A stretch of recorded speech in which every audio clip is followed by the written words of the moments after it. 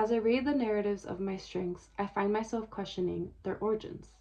Were they innate qualities I possessed from birth, or have they been forged through my life experiences, both uplifting and challenging?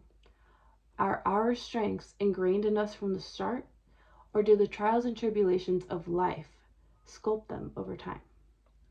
Through conversations and interviews, I realized that my strengths are unexpected and that they, in fact, both come from the innate and from life. I asked 5 of the most important people in my life to go ahead and describe my strengths and a time when I was at my best.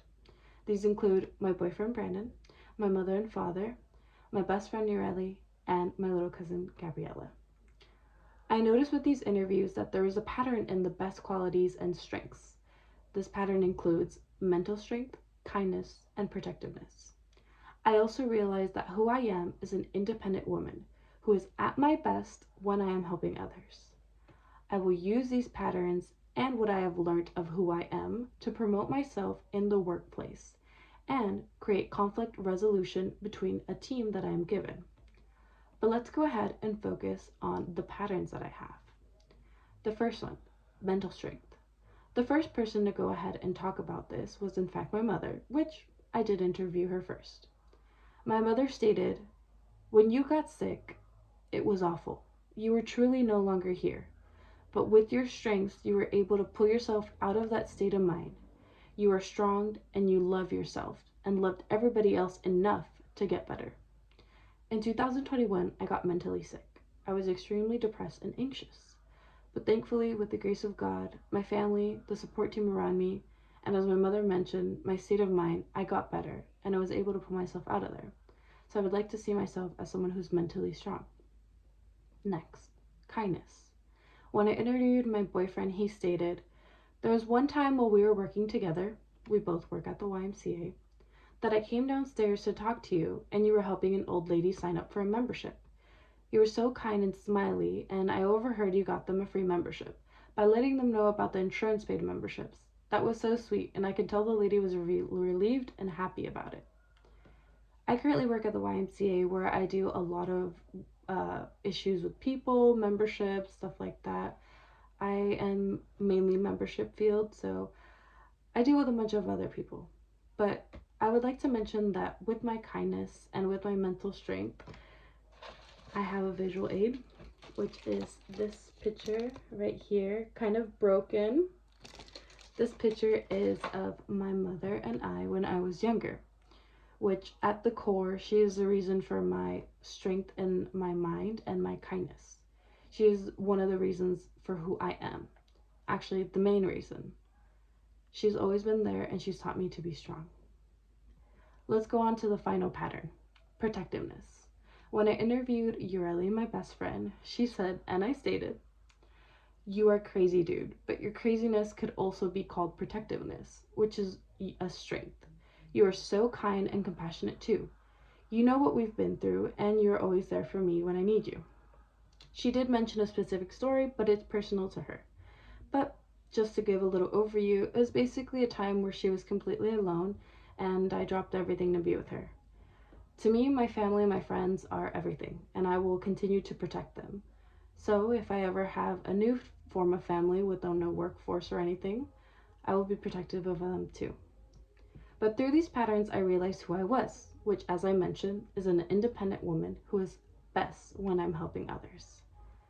I'm independent because when I set myself up for something, I complete it.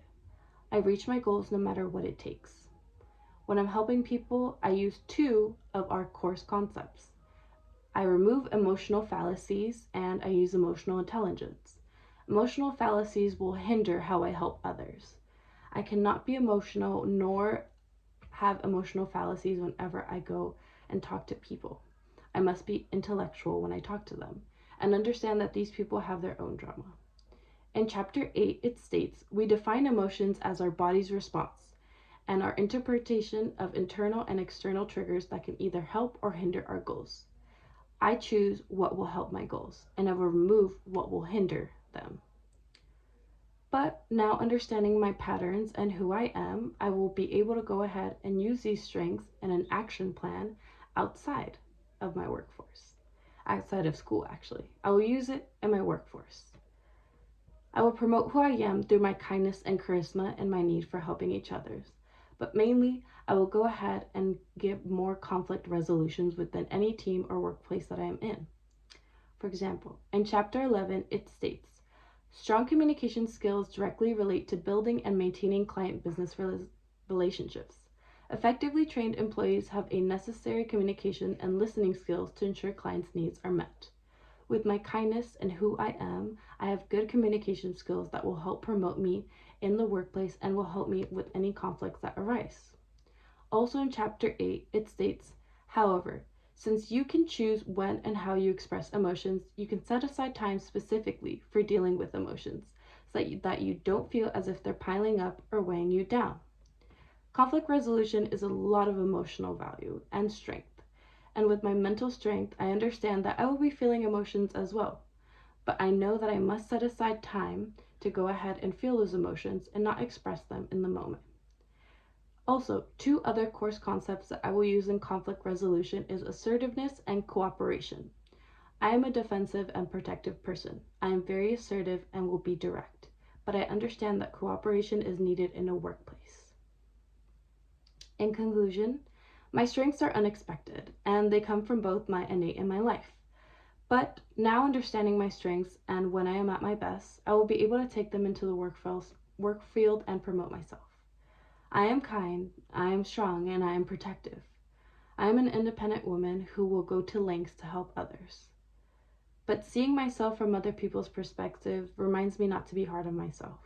Reminds me that at the end of the day, who I truly am is a good and kind person, which is all I ever want to be. Thank you so much.